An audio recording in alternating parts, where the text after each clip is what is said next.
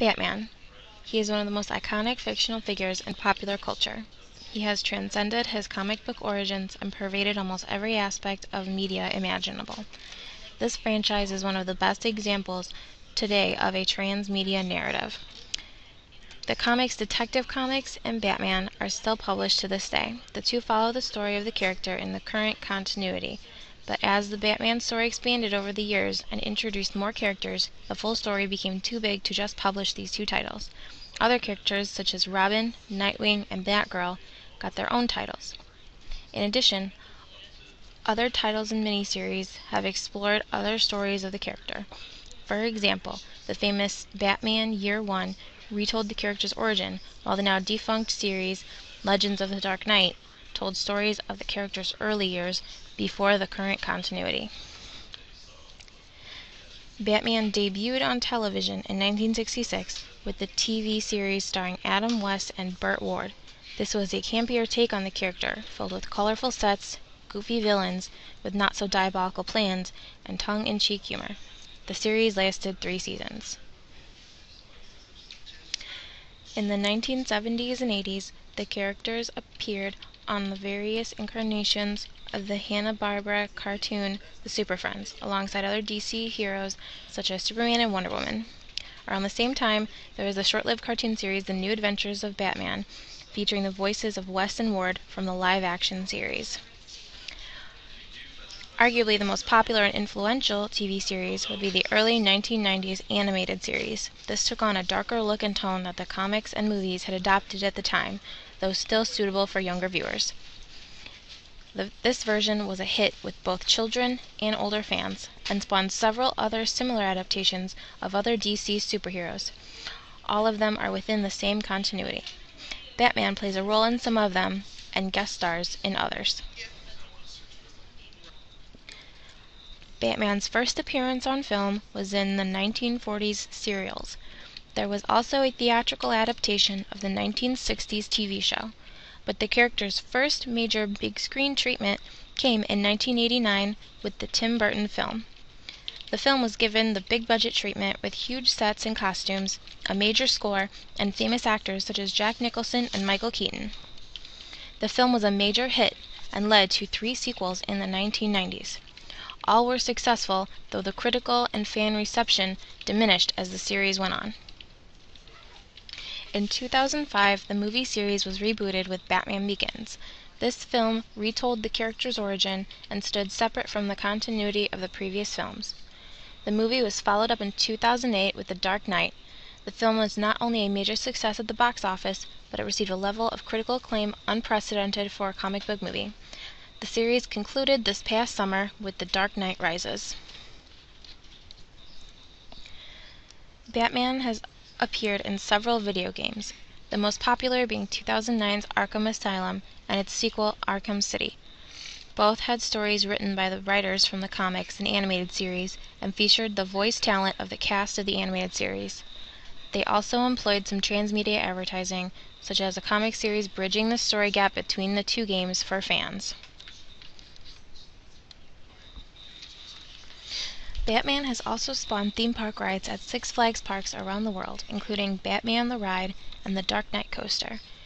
The indoor Dark Knight ride was based on the 2008 movie and includes interactive video screens, a scene-setting mini-movie, and audio and visual aspects to immerse the rider in Gotham City prior to a Joker takeover. But the Dark Knight Coaster was just one successful transmedia marketing technique for the movie. Fans have always been and will continue to be a large factor contributing to the Batman franchise being successful at transmedia. A big part of the grassroots side of Batman media is the art created by fans.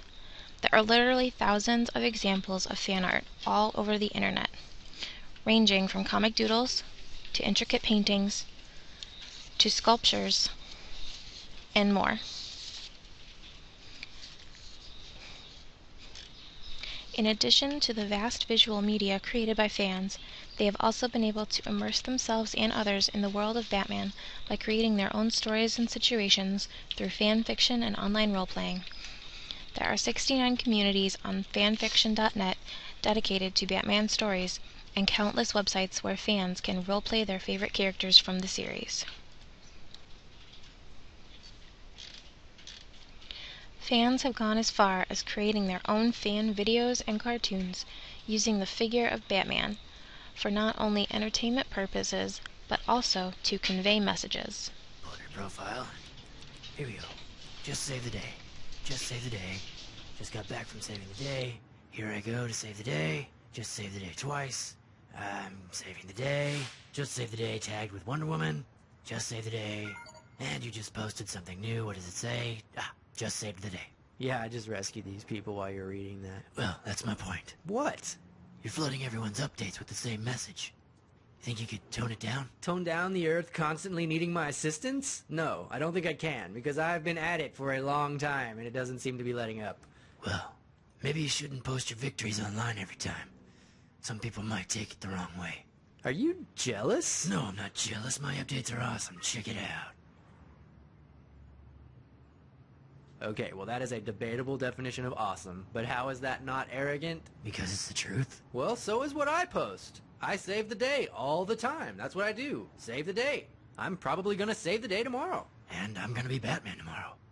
Because I'm Batman. I need to tweet that real quick.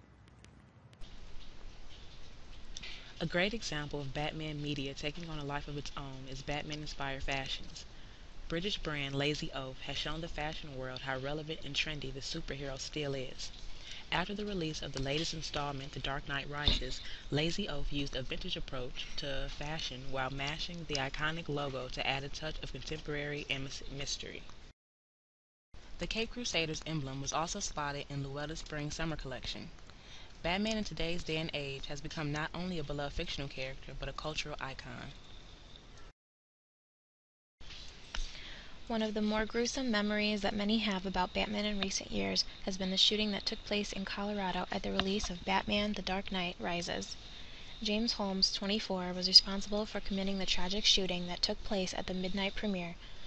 Holmes allegedly kicked in the exit door of the theater, threw a tear gas bomb imitating the Joker throwing smile gas, and began shooting. In the end, 12 people were killed and 71 injured. After the devastating event took place, it was revealed that Holmes's hair was painted bright red in a mistaken attempt at imitating the supervillain, claiming to police, "I am the Joker." The stars of The Dark Knight Rises showed their sympathy for the tragedy that occurred. Christian Bale even went to the hospitals to show his concern for the victims.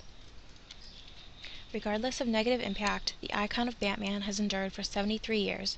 From Cape Crusader to part of the dynamic duo, still he rises as one of the best examples in popular culture of a transmedia franchise.